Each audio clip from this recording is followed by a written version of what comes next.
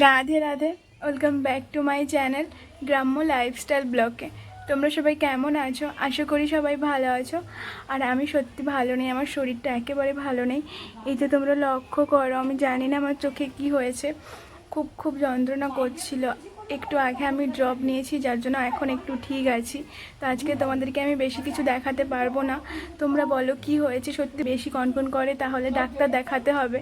জানি না কি হলো, অন্ধ হয়ে যাবো না তো আবার। যাই হোক, আমি বেশি দেরি না করেই চলে এসেছি। এই যে দেখো তোমরা, এখানে গরু বাছুর দুজনই আছে। আর বাছুরটা কয়েকদিন আগেই জন্ম হয়েছে, ছোট্ট বাছুর। এই যে দেখো, মিনিমাম মনে হচ্ছে দেখে 7-8 দিনের বাছুর হবে।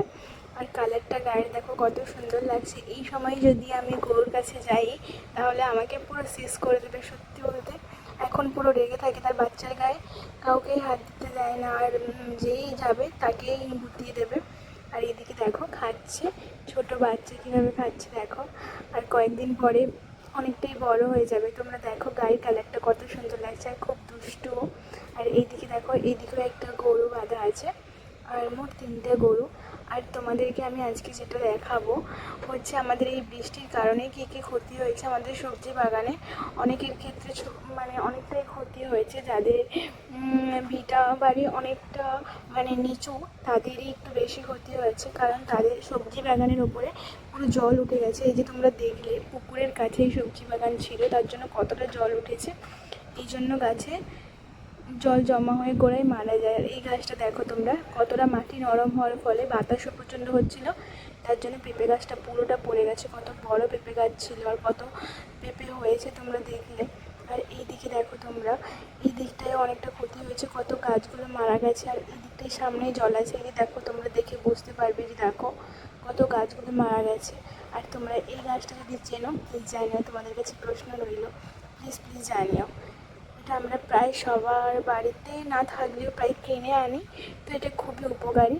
আর এই গাছটার নাম আমাদের ভাষায় যেটাকে বলে, এটাকে বলা হয় নাক ধোয়া পাতার গাছ। তবে তোমাদের ভাষায় তোমরা কি বলো প্লিজ জানিও। আমাদের গ্রামের চলতি ভাষা এটাই বলা হয়।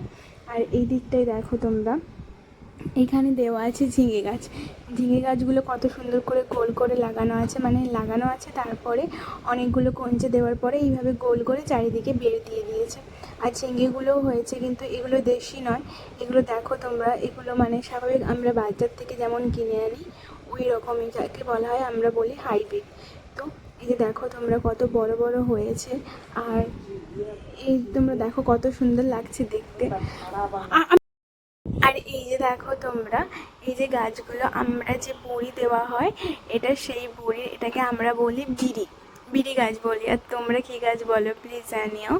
আর এইদিকে দেখো চারিদিকে পুরো গাছপালা সবুজ, আর অনেক গাছগুলো মারা গেছে। ওইদিকে দেখো গাছগুলো শুকনো হয়ে লাল হয়ে গেছে। আর এই দিকটা একটু যেহেতু উঁচু তাই জন্য কিছু হয়নি। আর এইদিকে দেখো সামনেই মাঠ, আর চারিদিকে দেখো কতটা জল জমে গেছে, মাঠেই এতটা জল। আর চারিদিকে ফসলে ভর্তি, কত সুন্দর লাগছে। আর ঝিরিঝিরি হাওয়াও বইছে, শান্ত বাতাস। সত্যি বলতে তোমরা দেখো, দেখলে বুঝতে পারবে, একটু ভালো করে খেয়াল করো কত সুন্দর হাওয়া বইছে। এই হাওয়াটা সত্যি বলতে গায়ে লাগলে না সত্যি পুরো প্রাণটা জুড়িয়ে যায়। আর গাছের তলায় বসলে তো আরও বেশি, বিশেষ করে বট গাছের তলায় সত্যি বলতে পুরো ঘুম চলে আসে। আমি এখানে দাঁড়িয়েছিলাম, আমার তো খুব খুব ভালো লাগছিল। আর এই দেখো কত সুন্দর হাওয়া বইছে। আর তোমরা এই গাছটাকে চেনো? এই গাছটা দিয়ে শরবত বানানো হয়। এই পাতার গন্ধটা কিন্তু খুব খুব সুন্দর। তোমাদের কাছে আজ অনেকগুলো প্রশ্ন রইল, তোমরা প্লিজ প্লিজ জানিও, কারণ আমিও দেখতে চাই যে আমাদের ভাষায় এই রকম বলা হয় আর তোমাদের ভাষায় কি বলা হয়, প্লিজ জানিও। আর এই যে দেখো, এটা হচ্ছে গোয়াল ঘর। তোমরা একটু আগে যে গরু বাছুর দেখেছিলে, ওই গরু বাছুর এখানে থাকে। আর এখানে দেখো জ্বালানিও রাখা হয়েছে। দেখো কত সুন্দরভাবে পরিষ্কার করা হয়, মানে পার ডেই পরিষ্কার করা হয়। আর এই যে জ্বালানিগুলো তোমরা দেখতে পাচ্ছ, এগুলো হচ্ছে ঘুঁটে, মানে গরুর গোবর থেকেই তৈরি করা হয়েছে, মানে পুরো স্টক করে রাখা হয়েছে রান্না করে। চলো তোমাদের দেখাই। আর এই দিকটাই তোমরা দেখো চাল কুমড়োর গাছ হয়েছে, পুরো রান্নাঘরটাই দেখো, ছোট্ট একটা রান্নাঘর। আর চাল কুমড়োর গাছ দেখো তোমরা, চাল কুমড়ো হয়েছে, এটার বয়স হয়ে গেছে।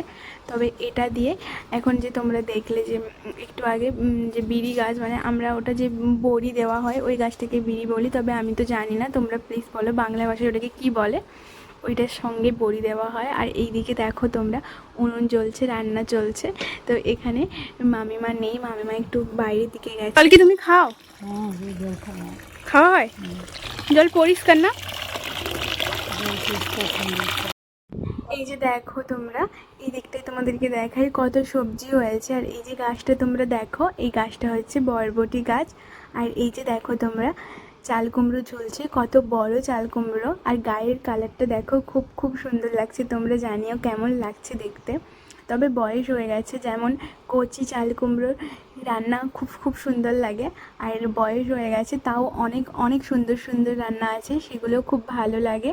যেমন মিষ্টি তৈরি করা হয়, আর বড়ি দেওয়া হয়। আমাদের এইখানে অনেক দোকানি এসে মানে নিয়ে যায়, যে মিষ্টি মানে বিক্রেতা এসে নিয়ে যায় মিষ্টি করার জন্য, যেটা আমরা শুনেছি আর দেখেওছি অনেক সময়। আর এই যে দেখো তোমরা কত সুন্দর সুন্দর গাছগুলো, সত্যি বলতে খুব সুন্দর লাগছে। আর অনেকগুলো হয়েছে চালেও চাল কুমড়ো।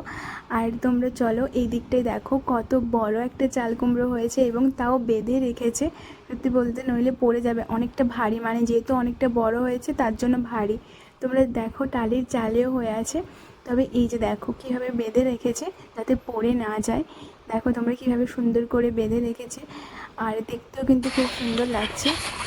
গ্রাম তোমাদের কেমন লাগে প্লিজ প্লিজ জানিও। আর তোমরা দেখো গ্রামের পরিবেশটা খুব সুন্দর। আজকের আমি ব্লগটা এখানেই শেষ করছি।